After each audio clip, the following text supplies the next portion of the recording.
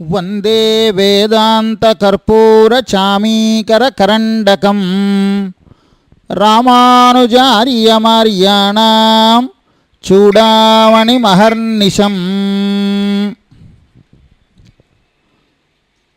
పరమపదంలో వేయించేసి ఉండే అనంతుల వారు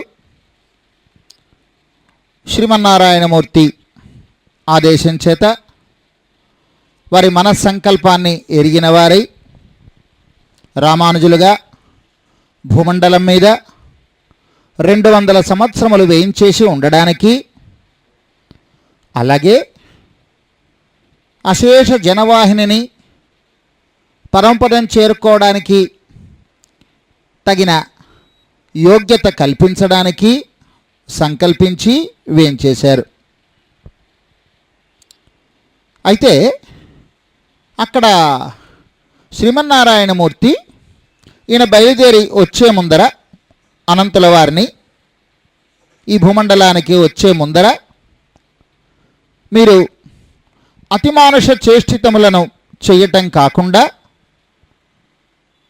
సజాతీయ మానవులు అందరూ ఎలా ప్రవర్తిస్తూ ఉంటారో అలాగా ఒక విడంబన, మనుష్య విడంబనతోటే మీరు వేయించేసి ఉన్నప్పుడు మన ప్రయోజనం బాగా సిద్ధిస్తుంది అని సూచన చేయడం వలన రామానుజుల వారు సాధారణమైన ప్రజలందరికీ కూడా ఒక మానవుడుగానే గోచరించారు. ఆనాడు మరి రామచంద్రమూర్తి, సీతమ్మ తల్లి వీరందరూ కూడా సాక్షాత్తు నారాయణమూర్తి, లక్ష్మీదేవి అయినప్పటికీ మనుష్య విడంబనతో ఏ విధంగా అయితే దుఃఖించడము, కష్టాలు పడడము మొదలైనవన్నీ చేశారో అలాగే రామానుజుల వారికి కూడా తప్పలేదు. కాలం ఎప్పుడూ ఒక్కలా ఉండదు కదా. ఆ కాలానికి ప్రభావితం కాకుండా ఉండే స్వభావమే వీరిది. ఎందుకంటే అనంతుల వారంటే నిత్యులతో సమానులు కదా. సమానులేమిటి? నిత్యులే. అనంతుల వారు నిత్యులు కదా, మరి నిత్యసూరులు అంటారు. అయినప్పటికీ ఇక్కడ బద్ధులుగా ఒక అవతారాన్ని స్వీకరించి విచ్చేయడం వలన కాలం తీసుకొచ్చే మార్పులకి తమ జీవితం ప్రభావితం అవుతుంది అన్నట్టుగా చూపించవలసినదే. సాక్షాత్ లక్ష్మీ స్వరూపురాలు సీతమ్మ తల్లి. అశోకవనంలో ఆమెను చూస్తాడు ఆంజనేయ స్వామి. ఏమంటాడు? యది సీతాపి దుఃఖార్త కాలో హి దురతిక్రమ అంటాడు. సీతాదేవి కూడా దుఃఖించవలసి వస్తోందంటే కాలం ఎంత దాటరాంది సుమా అనుకుంటాడు. ఇందాక అనుకున్నట్టుగా మనం ఒక ప్రత్యేక ప్రయోజనం కోసం రాముడిగా అవతరించిన సాక్షాత్ భగవంతుడు కూడా ఈ ప్రకృతి మండలపు లక్షణాలని అనుసరించి సుఖదుఖాల్ని అనుభవిస్తున్నట్టుగా కాస్త నటించవలసి వచ్చింది. ఆనాడు రాముడి కాలంలో రావణాసుడు బయలుదేరినట్టుగా రామానుజుల వారి కాలంలో చోళ దేశంలో క్రిమికంఠుడు అనే రాజు బయలుదేరాడు. సాధారణంగా రాజులు దండయాత్రలు చేశారంటే రాజ్యం కోసమని, ధనం కోసమని, స్త్రీ కోసమని ఇతర రాజ్యాల మీద, రాజుల మీద దండయాత్రలు చేస్తూ ఉంటారు. ప్రజల మీద దౌర్జన్యాలు చేస్తూ ఉంటారు. కానీ అదేమి దురదృష్టమో, ఈ క్రిమికంఠుడి దండయాత్ర యతిరాజుల మీద, యతిరాజుల మతం మీద సాగింది. అంటే మన రామానుజుల వారి మీద వ్యక్తిగతంగాను, ఆయన మతం మీద నడిచింది ఆయన దండయాత్ర అంతాను. మనకి ఇదివరకు, ఇప్పుడంటే ఈనాడు మనకి ప్రజాస్వామ్యం, ఒక రాజ్యాంగం, భారతదేశం అంతా కూడా ఒక కలిసికట్టుగా ఉండడం అని బయలుదేరింది. ఆనాటి కాలంలో వివిధ ప్రాంతాలకి వివిధములైనటువంటి పరిస్థితుల్ని అనుసరించి రాజులు ఉండేవారు. ఒక్కొక్క ప్రాంతానికి ఒక్కొక్కరు రాజుగా ఉండేవారు.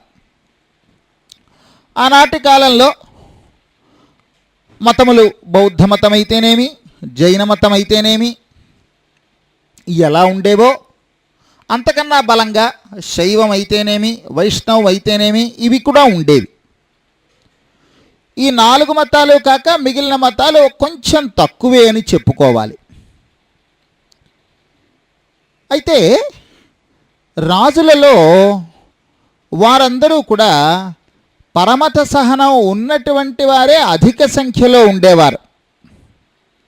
అంటే తాము శైవాన్ని అవలంబించిన వైష్ణవాన్ని అవలంబించిన రెండవ మతాన్ని దేశంలో ఎవరూ అవలంబించడానికి వీల్లేదు అనే నియమం ఏమీ పెట్టేవారు కాదు చాలామంది రాజులు. అయితే వారు శైవాన్ని కానీ వైష్ణవాన్ని కానీ ఆదరిస్తున్నప్పుడు ఆ ఆలయాలకి మాత్రం ప్రత్యేకమైన ధన సహాయాలు చేయడం, తాము తరచుగా వెళ్ళడం ఉండడం వలన రెండవ మతం కాస్త కొంచెం తగ్గి ఉండేది అంతే, అంతకు మించి తేడా ఏమీ ఉండేది కాదు. అలాగే ఆయా మత గురువులు అంటే శైవ మత గురువులైతేనేమి వైష్ణవ మత గురువులైతేనేమి స్వేచ్ఛగా ప్రచారం చేసుకునేవారు. వారి మీద ఎటువంటి రిస్ట్రిక్షన్స్ అంటారే నిబంధనలు ఉండేవి కాదు. అంచేత ఆయా మత గురువుల వాగ్ధాటికి, శాస్త్ర పరిజ్ఞానానికి, నచ్చచెప్పే విధానానికి, అనుష్ఠాన బాహుళ్యానికి వీటికి వశపడి ప్రజలు ఆయా మత సంబంధ కార్యకలాపాల్లో పాల్గొనేవారు. అయితే ఇందాక ఏమన్నాము, చాలామంది రాజులు అలా ఉండేవారు అని అన్నాం కదా. కానీ ప్రజల మీద శైవ వైష్ణవాలలో ఏదో ఒక ప్రత్యేక మతాన్ని బలవంతంగా రుద్దాలని ప్రయత్నించిన పాలకులు చాలా తక్కువే అయినప్పటికీ కూడా ఉండేవారు, మరీ లేకపోలేదు, ఉండేవారు. ఆ పరిపాలకులు ఏం చేసేవారంటే తమకి నచ్చిన మతాన్ని తాము పాటిస్తూ ఆ పక్షపాతంతో తమ మత సంబంధమైన వారిని ఎక్కువ ఆదరించడం, ఆలయాలకి సంపదలు అధికంగా ఇవ్వడం చేయడంతో ఆగిపోకుండా తన అధికారాన్ని వినియోగించి ఇతర మత ప్రచారాల్ని అడ్డుకునేవారు. అదుగో ఆ క్రిమికంఠుడున్నాడే, క్రిమికంఠుడనే రాజు ఇందాక చెప్పుకున్నాను చూసారా, వాడు ఈ విధమైనటువంటి ప్రవృత్తికి సిద్ధపడ్డాడు. తానేదో ఒక మతాన్ని నమ్ముతున్నాడు, తన మతానికి ఆటంకం అనుకున్నాడు శ్రీవైష్ణవ మతం అనేది. పొరపాటు పడ్డాడు. శ్రీవైష్ణవ మతం అంటే సకల జనుల్ని ప్రేమించే మతమే. వారు అవతలి వారు ఏ మతములో ఉన్నప్పటికీ దానితో సంబంధం లేదు శ్రీవైష్ణవులకి. అందరిలోనూ అంతర్యామిగా విష్ణువు ఉన్నారు అని చెప్పి తలచేవారినే శ్రీవైష్ణవులు అంటారు. ఆ మాట నమ్మిన వారిని మరింత దగ్గరగా చేర్చుకుంటారు, నమ్మని వారిని ఉదాసీనంగా ఉంచుతారు. అంతే తప్ప, అంతే లోకంలో ఎప్పుడైనా అంతే కదా. తమ సిద్ధాంతాన్ని, ఇప్పుడు మన పార్టీలే ఉన్నాయనుకోండి, మన రాజకీయ పార్టీలే ఉన్నాయనుకోండి, తమ సిద్ధాంతాన్ని నమ్మిన వారిని కాస్తంత ఆప్యాయంగా చూడడం, నమ్మకుండా వేరే దానిలో ఉన్న వారిని ఉదాసీనంగా చూడడం ఎలా ఉంటాయి? ఎప్పుడైనా అంతే. తమకి అనుకూలంగా ఉన్న వారిని దగ్గరగా తీసుకోవడం, అననుకూలంగా ఉన్నటువంటి వారిని కాస్త ఉదాసీనంగా చూడడం, ఇందులో ఒక దోషం ఏమీ లేదు. అయితే అనుకూలం కాని వారి యందు ద్వేషం పెంచుకుంటేనే తప్పన్నమాట, సమస్య అన్నమాట. శ్రీవైష్ణవ మతం అంటే తమ మతాన్ని తాము పాటించుకుంటూ తమ మతంలో చేరడానికి ఇష్టమైనటువంటి వారందరినీ కూడా ఆహ్వానిస్తూ మిగిలిన వారి యందు ఒక ఉపేక్ష వహించడమే తప్పితే ద్వేషించడం అనేది లేదు. ఎందుకని? తమ మతంలో చేరినా చేరకపోయినా విష్ణువు వారికి అంతర్యామిగా ఉండడం తప్పదు. అందుచేత ఆ అంతర్యామిగా ఉండే నారాయణమూర్తిని తలుచుకొని వారిని ప్రేమించవలసినదే. అదే శ్రీవైష్ణవ మతం అంటేను. ఈ ధర్మ సూక్ష్మం తెలియలేదు ఆ క్రిమికంఠుడికి. నిరంకుశుడు ఆయన. నిరంకుశుడు అంటే ఇంకా ఒకరి మాట వినే ప్రసక్తి ఏమీ లేదు. యుక్తాయుక్తాలు వివరించే మంత్రిమండలి సలహాలు అతని చెవికి ఎక్కలేదు. వాళ్ళు చెప్పడం మానేశారు. రావణాసుడు కొలువులో ఏమైంది? వాళ్ళు ఎలా అయితే చెప్పడం మానేసి ఇచ్చకాలు పలికారో అలాగే ఇక్కడ కూడా జరిగింది క్రిమికంఠుడి విషయంలో. తన ఆలోచనలకి అనుగుణంగా తాళం వేసేటువంటి ఒకానొక మంత్రి ఉన్నాడు ఈయనకి, క్రిమికంఠుడికి. ఆయన పేరు నాలూరాన్ అంటారు. వీళ్ళంతా తమిళులు కదా, తమిళ దేశం కదా, చోళ దేశం అంటే తమిళ దేశమేను. అంచేత ఆ నాలూరాన్ అని ఒక పేరన్నమాట మంత్రిది. వారిద్దరూ కలిసి ఎప్పుడూనూ ఆనాడు భారత కాలంలో దుష్టచతుష్టయం అన్నట్టుగా ఆ నలుగురు అక్కడ ఎలాగైతే వారు మంత్రాంగాన్ని చేసేవారో ఆ దుర్మార్గపు పనులకి, అలాగే ఇక్కడ వీళ్ళిద్దరూ కలిసి, ఈ క్రిమికంఠుడు ఈ నాలూరాన్ను కలిసి శ్రీ వైష్ణవ మతాన్ని కాలరాసేయాలి, రూపుమాపేయాలి అని కంకణం కట్టుకున్నారు. ఏం చేసేవారు ఆయన? ఒక ఫర్మానా అంటే ఆజ్ఞ జారీ చేశాడు. వైష్ణవ మతంలో ఉన్న వారందరూ కూడా తన మతంలోకి మారిపోవాలి. తనేదో ఒక మతాన్ని అంగీకరించాడు, దాన్ని పాటిస్తున్నాడు, ఆ మతంలోకి మారిపోవాలి అన్నాడు. అంగీకరించని వారిని చాలా తీవ్రంగా శిక్షించేవాడు. ఆ శిక్షల్ని ప్రజలందరి ముందర చాలా భయానకము, క్రూరము అయిన రీతిలో అమలుపరిచేవాడు. ఇప్పటికీ మనం కొన్ని దేశాలలో తమ మతం కాకుండా ఇంకొక మతం పాటించేవారిని ఇలాంటి క్రూరమైన శిక్షలు అమలుపరుస్తున్నారని ఇప్పటికీ పేపర్లో చూస్తున్నాం మనం. ఆనాడు ఈ క్రిమికంఠుడు కూడా తన మతం కాని వారిలో ప్రధానులు వైష్ణవులని చెప్పి తలచి ఆ వైష్ణవులందరినీ చంపించేయడానికి, జీవ సమాధులు చేయించడానికి, జల సమాధులు చేయించడానికి ఏమీ వెనక తీసేవాడు కాదు. వైష్ణవాలయాల్ని నాశనం చేయడమే కాదు, ఆ విగ్రహాలని, వాటిని ఆరాధించేవారిని కూడా చాలా హింసించేవాడు. ఆ విగ్రహాలని తీసుకుని వెళ్ళి సముద్రంలో పడేసేవాడు, అంతు చిక్కకుండా చేసేసేవాడు. చాలా ఆశ్చర్యంగా ఉంది కదూ. రాముల వారి కాలంలోనే రావణాసుడు విజృంభించాడు, అకృత్యాలు చేశాడు. అలాగే ఆశ్చర్యంగా రామానుజుల వారి కాలంలోనే ఈ దురదృష్టం కూడా చోటు చేసుకుంది. క్రమంగా క్రిమికంఠుడు రాజు కదా, బలం ఉంటుంది కదా, శ్రీరంగం ఆలయాన్ని కూడా తన వశంలోకి తెచ్చేసుకున్నాడు. పాపం రామానుజుల వారు ఏం చేయగలరు కనుక కాలం గడుపుతున్నారు. ఎలాగో అలాగా కైంకర్యం నడుస్తుందని చెప్పి ప్రయత్నం చేస్తున్నారు. ఈ మంత్రి నాలూరాన్ ఉన్నాడు కదా, ఈ క్రిమికంఠుడికి మంత్రి. ఆ నాలూరాన్ ఈ రాజుగారికి ఓ సలహా ఇచ్చాడు. ఏమండి రాజుగారు, శ్రీ వైష్ణవ మతానికి చాలా ప్రీతికరమైన గ్రంథం శ్రీ రామాయణము కనుక దానిని నాశనం చేసేస్తే మరి వైష్ణవులంటూ మిగలరండి అని సలహా ఇచ్చాడు. అంతే, బుద్ధి లేనటువంటి ఆ రాజు రామాయణం మీద అనేకమైన అత్యాచారాలు చేశాడు. వాక్కుతో చేశాడు, శరీరంతో కాయికంగా అన్నమాట చేశాడు. చేసి రామాయణ గాథా వ్యతిరేక బృందాల్ని తయారు చేయించాడు.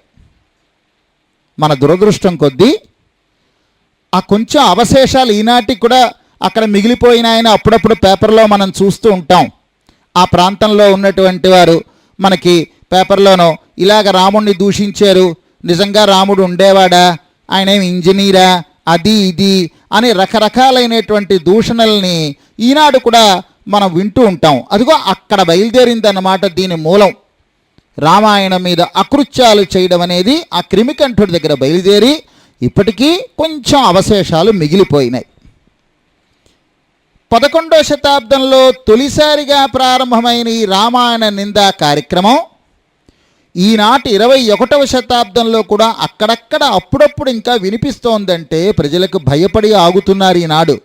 ఆనాడు భయపడవలసిన అవసరం లేదు కదా రాజులు. దాన్ని బట్టి అర్థం చేసుకోండి ఆనాడు క్రిమికంఠుడి ప్రచార తీవ్రత ఎంత ఎక్కువగా ఉన్నదో. కానీ సామాన్య ప్రజలు మాత్రం క్రిమికంఠుడి ఆలోచనలకి అతని ఊహించినంతగా స్పందించలేదు. ఈనాడు మాత్రం స్పందిస్తున్నారేమిటి, వాళ్ళ పాపాన వాళ్లే పోతారులే అని అనుకుంటున్నారు తప్పితే స్పందించలేదు. రామాయణ గ్రంథాలని నాశనము చేయలేదు. రాజుగారు కదా, మరి ఆయన ఆజ్ఞ ఇచ్చాడు కదా, అంచేత భయంతో కాస్త తగ్గి ఉన్నారంతే. బయటికి బాహాటంగా రామాయణ గాథ ప్రచారం కానీ ఇంకొకటి కానీ చెయ్యకుండా ఆగి ఉన్నారంతే. సుమారు ఒక 50-60 ఏళ్ల క్రితం వరకు ఇంకా తీవ్రంగా ఉండేది ఆ అవశేషాలు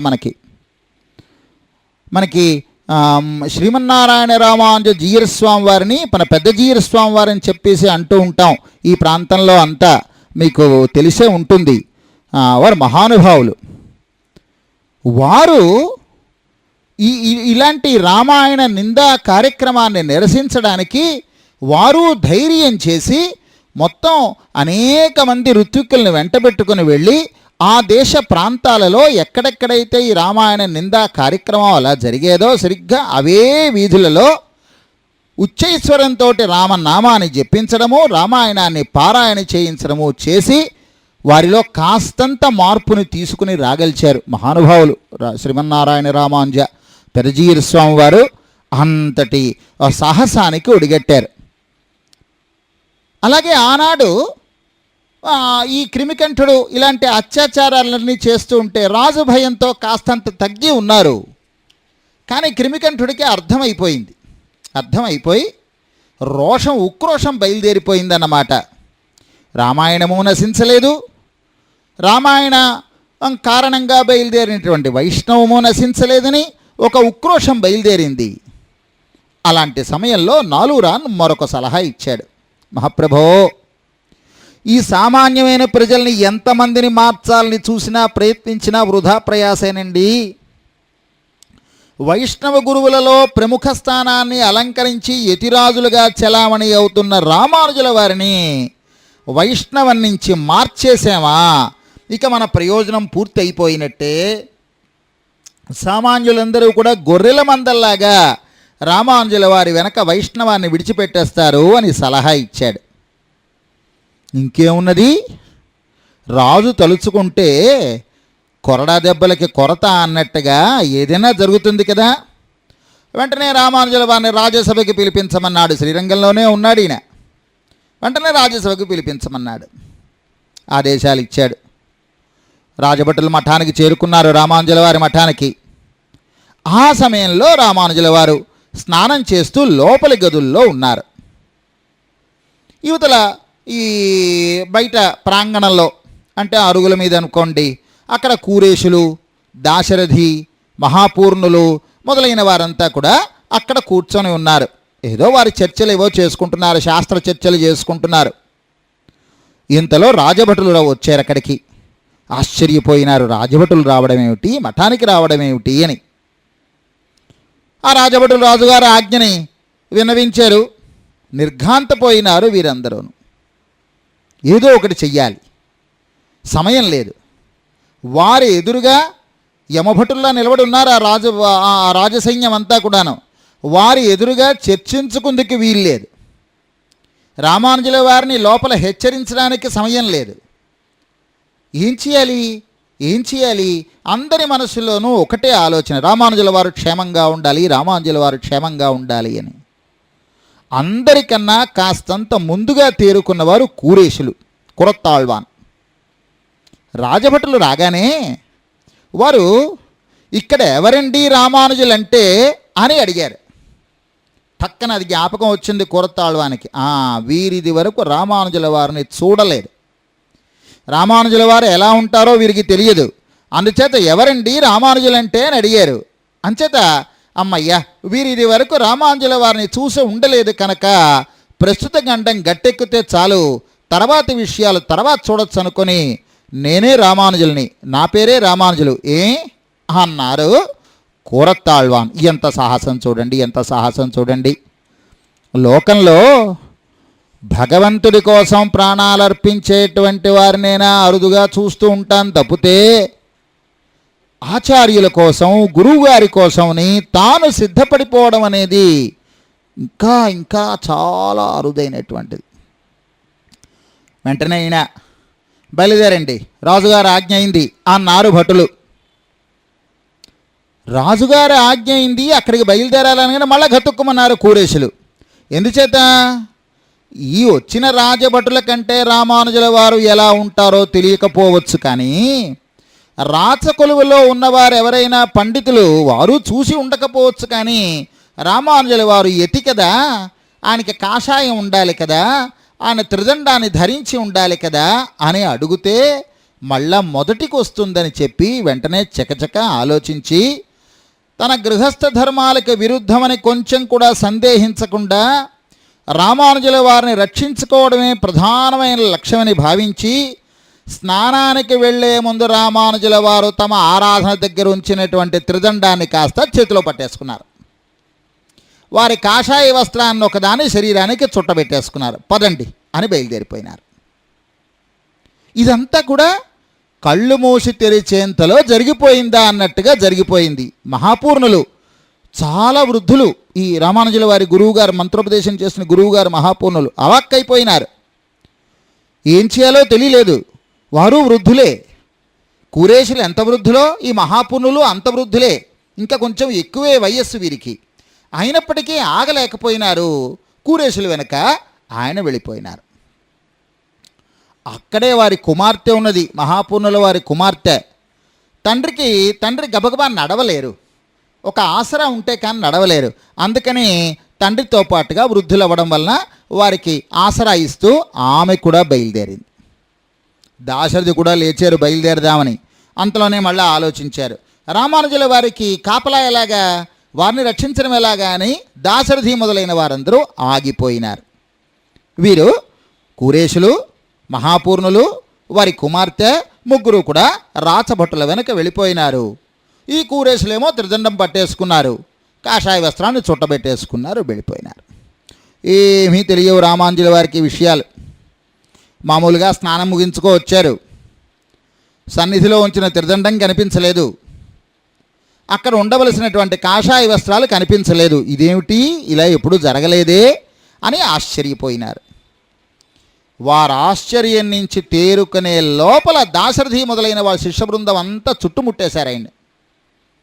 ఇంకా వారిని మాట్లాడనివ్వలేదు. బలవంతంగా శ్వేత వస్త్రధారణ చేయించేశారు, అంటే తెల్లటి వస్త్రాలు కట్టించేశారు, కాషాయ వస్త్రాలు తీసేసి. వీరి భయం వీరిది. రాజభటులు మళ్ళా వెనక్కొచ్చి చట్టుకొని ఆయన కాదు ఇంకెవరో ఉండాలి ఇక్కడ రామానుజులు అని చెప్పి మళ్ళా వచ్చి ఎవరు గుర్తుపడతారో అని చెప్పి కాషాయ వస్త్రాలు తీయించేసి, ఇంకా రాజభటులు గుర్తుపట్టే అవకాశం లేకుండా తెల్లని వస్త్రాలు ధరింపజేసి మఠం వెనక వైపు నుంచి తప్పించేసి గబగబా నడుస్తూ శ్రీరంగాన్ని విడిచిపెట్టేసి పరుగులాంటి నడకతోటి మళ్ళీ పరిగెడితే అదో సమస్య, ఎవరో పరిగెట్టి పారిపోతున్నారని మళ్ళా ఆ భటులు వస్తారేమో అని పరుగులాంటి నడకతోటి క్రమక్రమంగా క్రిమికంఠుడి రాజ్య సరిహద్దుల్ని దాటడానికి ప్రయత్నం చేస్తూ కన్నడ రాజ్యంలోకి ప్రవేశించేశారు. ఆ పక్కని ఇక్కడ రాజుగారు ఇంకా సభలోకి రాలేదు. వీరు వచ్చేశారు. కురేషులు, మహాపూర్ణులు, వారి కుమార్తె వీరు వచ్చేశారు. వీరిని నేరస్తుల్లా నిలబెట్టారు. త్రిదండం కాషాయం ఈయన ధరించి ఉన్నారు కురేషులు. కుమార్తెతో పాటు మహాపూర్ణులు ఉన్నారు.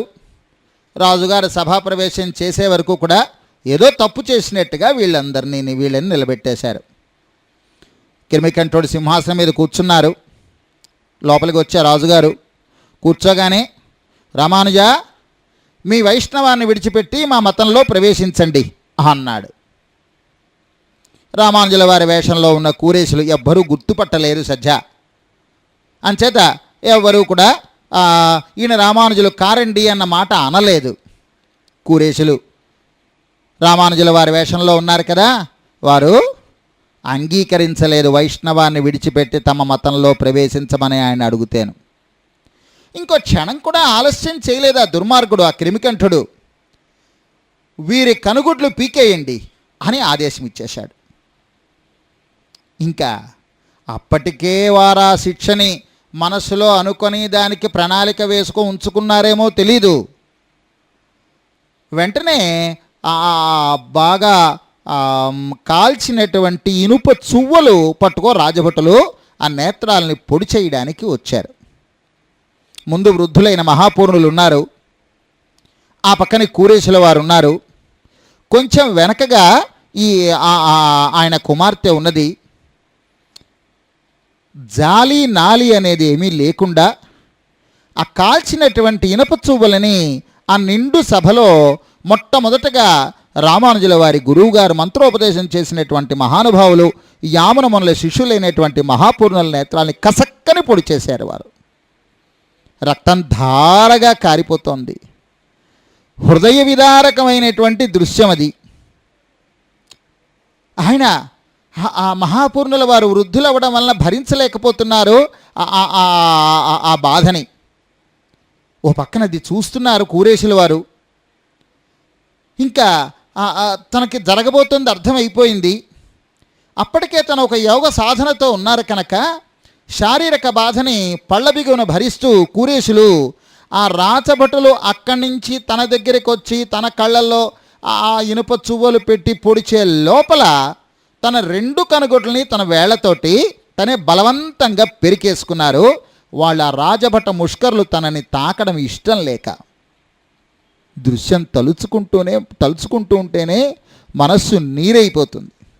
కానీ ఆ రాచసభలో ఉన్నటువంటి వారు హాహాకారాలు చేద్దామన్నా చేసే స్థితి లేదు. రాజుగారు చేసే అట్టహాసం వింటున్నారు, నాలుగురాన్ చిరునవ్వు చూస్తున్నారు. అంతే తప్ప మిగిలినటువంటి వాళ్ళు ఏమీ అనలేకపోయినారు. రాచబలం అలాంటిదన్నమాట. మహాపూర్ణులు కూరేషులు ఇద్దరూ అంధులైపోయినారు. ఇద్దరి శరీరం అంతా కూడా రక్తసిక్తం అయిపోయింది. పైనుంచి ధారగా కారుతున్నటువంటి రక్తంతో, నేత్రముల నుంచి కారుతున్న రక్తంతో ఇద్దరిని చెరో చేత్తో పట్టుకున్నారు. కుమార్తె, ఆ మహాపూర్ణుల కుమార్తె నెమ్మదిగా రాజభవనాలు దాటి జనసామాన్య నగరంలోకి వచ్చారు. అందరూ జాలిపడ్డారు, కానీ రాజుగారి భయం చేత ఎవ్వరూ సహాయపడలేదు. కొంత దూరం నడిచేసరికి మహాపూర్ణుల వారు ఇంకా బాధని భరించుకోలేక ఓర్చుకోలేక ప్రాణాలు విడిచిపెట్టేశారు. తమకు కూడా వయస్సు అధికమే అయినా మహాపూర్ణులంత వృద్ధులు కాకపోవడంతో భగవంతుని తలుచుకుంటూ కూరేషులు కాస్తంత ఓర్చుకున్నారు. మిగిలిన కార్యక్రమాల్ని వారే నిర్వహింపజేశారు. పరమ సాత్వికులుగా ప్రసిద్ధికెక్కిన కూరేషులు నేత్రాల్ని కోల్పోవడం చూసి కంట తడిపెట్టని వారు లేరు, సహాయపడిన వారు కూడా లేరు. ఇందాక అనుకున్నాంగా రాచబలం అటువంటిదని. ఈలోగా క్రిమికంఠుడికి మనసు చల్లబడిపోయింది. ఎందుకని? రామానుజుల వారికి తగిన శాస్తి చేసేనులే, ఆయనతో పాటు ఉండేటువంటి ముసలి వాళ్ళకి అని చెప్పి రామానుజులే అని అనుకుంటున్నాడు ఆయన. అందుచేత ఆయనకి ఆ బెంగ తీరిపోయింది. ప్రత్యేకమైనటువంటి వెతుకులాట ఏమీ లేదు. అందుచేత కూడా రామానుజుల వారు సుఖంగా స్వల్పమైనటువంటి పరివారంతో కొండనక గుట్టనక రాయనక రప్పనక అడవనక నడుస్తూ ఆనాడు రామచంద్రమూర్తి అడవిలో నడిచినట్టుగా అన్నమాట శ్రీరంగానికి దక్షిణ దిశగా సాగిపోయి అక్కడక్కడే ఆటవికులు ఆతిథ్యంతో సరిపెట్టుకుంటూ ముందుకు సాగిపోతున్నారు. ఇక్కడ రాజ్యసభలో జరిగినవి వారికి తెలియవు. తమ ఆచార్యులు మహాపూర్ణులు పరమపదించేరని కూడా తెలియదు పాపం వారికి. అక్కడ వారు ఎలా ఉన్నారో వీరికి తెలియదు. ఇలాగా ఆనాడు పాండవులు అజ్ఞాతవాసం చేయవలసి వచ్చినట్టుగా ఉన్నదన్నమాట పరిస్థితి అంతా కూడాను. చెప్పుకున్నాంగా కాలోహి దురతిక్రమ అని, దాట శక్యము కానటువంటిది కాలం. ఏమిటో మనం చిన్న ఇబ్బందులు వచ్చినప్పటికీ కూడా మనం తలడిల్లిపోతూ ఉంటామే. ఆనాడు రామచంద్రమూర్తికి కానీ సీతమ్మ తల్లికి కానీ రామానుజుల వారికి కానీ వచ్చినటువంటి కష్టాలతో పోలిస్తే మన కష్టాలు ఎంత అల్పమైనవి అయినా వీటి కూడా మనం ఓర్చుకోలేకపోతున్నాం.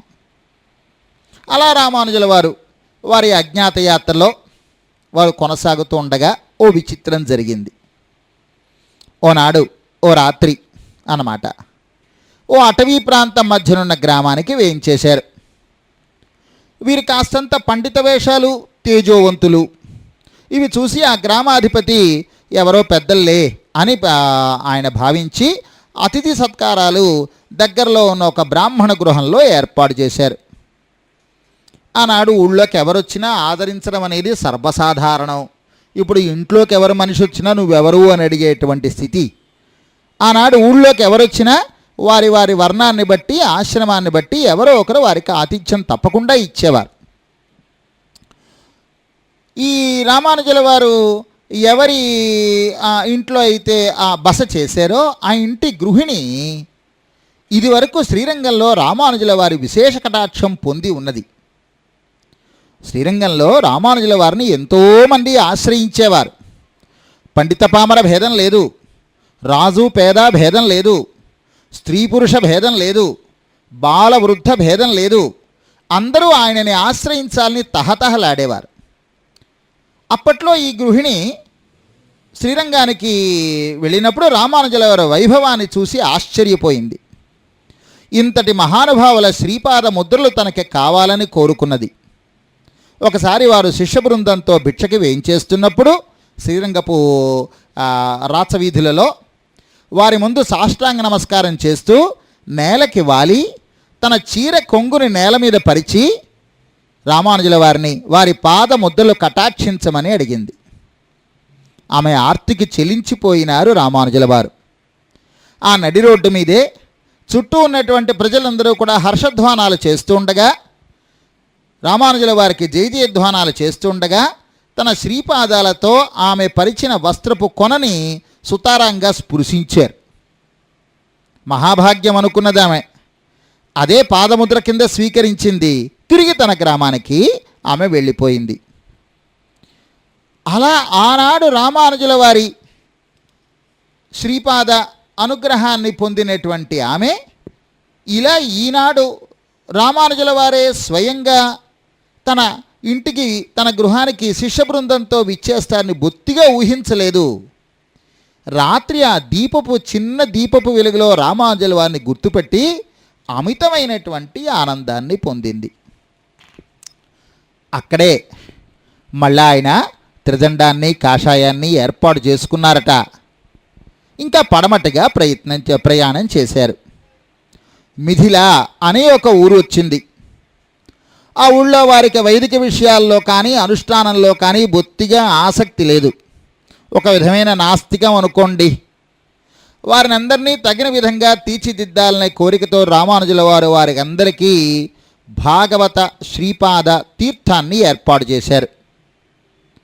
విశేషమైన కటాక్షంతో ఇచ్చినటువంటి తీర్థం కనుక ఆ ఊరి ప్రజలందరూ తమకు తెలియకుండానే క్రమంగా రామానుజుల వారి శిష్యులైపోయినారు. శాశ్వతంగా అక్కడ ఒక కొలను భాగవత శ్రీపాతీర్థాన్ని కొలంలో భాగవత శ్రీపాతీర్థాన్ని ఏర్పాటు చేసి ఆ గ్రామానికి మిథిల శాలిగ్రామము అని పేరు పెట్టి ముందుకు సాగిపోయినారు రామానుజుల వారు. ఈనాడు కూడా మనం మైసూరుకి కొంత దూరంలో మనం ఈ మిథిల శాలిగ్రామాన్ని దర్శించవచ్చును. అక్కడే కొలను, అక్కడే శ్రీపాద తీర్థం మనందరం కూడా స్వీకరించవచ్చును కూడా. క్రమంగా వీరు ఇలా ప్రయాణం చేస్తూ ఆ మిథిల శాలిగ్రామానికి కాస్త దూరంలో ఉండే తొండనూరు అనే పట్టణాన్ని చేరుకున్నారు. ఊరి బయట తోటలో విడిది చేసి కాలం గడుపుతున్నారు. శిష్యులందరూ కూడా ఎంతటి మహానుభావులు, ఎంతటి మహానుభావులు, అంతటి వారికి ఎలాంటి అవస్థ వచ్చింది అని తల్లడిల్లుతున్నారు. రామానుజుల వారి మనస్సు మాత్రం ప్రశాంతంగానే ఉందట.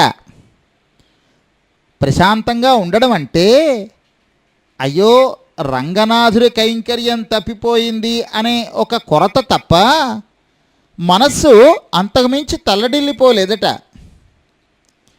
సీతమ్మ తల్లిని లంకలో చూస్తాడు ఆంజనేయ స్వామి. చూసి అనుకుంటాడు ఆయన, నాత్యర్థం శుభ్యతే దేవి గంగేవ జలదాగమే అంటాడు. అంటే అర్థం ఏమిటో తెలుసా? విశాలమైన గంగా నదిలోకి మరికొంత నీరు వచ్చి చేరినా ఆ నది ఎలా కలతపడిపోదో అలాగే రాముడి నుంచి దూరమైనా ఆయన మీదే భారం ఉంచింది కనుక అత్యర్థన్నక్షుభ్యతే, మరీ తల్లడిల్లిపోలేదు సీతాదేవి అని అంటాడు ఆంజనేయ స్వామి. అలా అన్నట్టుగా రామానుజుల వారు కూడా రంగడ మీద భారాన్ని వేసి కాలం గడుపుతున్నారు ఆ తొండనూరు అనే పట్టణంలో. ఊరి బయట వేయించేసి ఉన్నారు తోటలో. ఆ పట్టణాన్ని పరిపాలిస్తున్నటువంటి రాజు పేరు విఠలదేవరాయలు. పేరును బట్టే తెలిసిపోయి ఉంటుంది ఆయనకుండే మత విశ్వాసాలు ఎటువంటివోను. ఆ రాజుగారికి ఒక కుమార్తె ఉన్నది. ఆ కుమార్తెకి ఒక మానసికమైన అస్వస్థత చిరకాలంగా బాధిస్తోంది. నయం చేయడానికి ఎంతోమంది ప్రయత్నం చేశారు, ఫలితం దక్కలేదు. రామానుజుల వారు ప్రతిరోజు కూడా రామానుజుల వారికి మరి భిక్ష నడవాలి కదా, వారుగా ప్రయత్నం చేయడం అనేది లేదు కదా ఇదివరకటి అనుభవాన్ని అనుసరించి. అందుకని రామానుజుల వారి శిష్యులే ప్రతిరోజు నగరంలో భిక్షాటన చేసేవారు. ఆ పదార్థాలనే రామానుజుల వారి వద్దకు తీసుకువచ్చేవారు. అదే ఆ తోటలో వారందరికీ ఆహారంగా ఉండేదంతే. తోట ఏమిటి, బయట ఉండేటువంటి ఒక ఉద్యానవనం అన్నమాట అంతే. ప్రత్యేకించి ఒక తోటలో ఉంటే ఆ తోట యజమాని ఊరుకుంటాడా? చేత ఆ ప్రాంతంలో కాలాన్ని గడుపుతున్నారంతే అజ్ఞాతంగాను. ఒకనాడు ఆ శిష్యులలో ఒకరు రాజగృహానికి వెళ్ళి భిక్షాందేహి అని అడిగారు. ఆ విఠలదేవరాయలు భార్యే స్వయంగా భిక్ష వేయడానికి వచ్చింది. భిక్ష వేస్తూ నా కుమార్తెని ఆశీర్వదించండి అని అడిగింది. లోకంలో సాధారణమే కదూ, ఎవరైనా కాస్తంత తనకి దానాలు ధర్మాలు చేస్తున్నప్పుడు తమ కుటుంబానికి సౌఖ్యం కలగాలని కోరుకుంటారు. అలాగే ఈ విఠలదేవరాయల భార్య కూడా వీళ్ళకి భిక్షిస్తూ నా కుమార్తెని ఆశీర్వదించండి అన్నారు. అనగానే వీరు ఏమైందమ్మా అని అడిగారు. విషయం తెలుసుకున్నారు. వెంటనే ఏమన్నారో తెలుసా? అమ్మా రాణిగారు, మా గురువర్యులు కూడా వచ్చారు, ఊరి బయట తోటలో ఉన్నారు. ఇది వరకు ఇలాంటి ఒక వ్యాధిని కాంచీపురంలో నయం చేశారు, కాంచీపుర రాచకుమార్తెకి నయం చేశారు అని చెప్పగానే ఆ రాజదంపతులు ఆశ కదూ, ఎవరు ఎవరు ఎవరు తమ కుమార్తెని బాగు చేస్తారా అని ఎప్పటి నుంచో ఎదురు చూస్తున్నటువంటి వారు ఈ భోగట్టా తెలియగానే ఇంకా ఆగలేకపోయినారు. అప్పటికప్పుడు గబగబా వచ్చి రామానుజుల వారిని ఆశ్రయించారు, ప్రార్థించారు. ఆయన అంగీకరించారు. పట్టణంలో ప్రవేశించారు, రాజు అంతఃపురంలో ప్రవేశించారు, రాజకుమార్తె దగ్గరికి వెళ్ళారు, ఆశీర్వదించారు. అంతే, నయం అయిపోయింది ఆమె వ్యాధి. ఇవన్నీ కూడా చకచకా జరిగిపోయినాయి. అంతే, తిరిగి మంచి రోజులు వచ్చేసినట్టే. విఠలదేవరాయలు కృతజ్ఞతతో కూడిన భక్తితో రామానుజుల వారిని సకల విధ సత్కారాలు చేశాడు. అంతేనా, ఇక మీ మతాన్నే నేను స్వీకరిస్తానండి అని అన్నాడు ఆయన.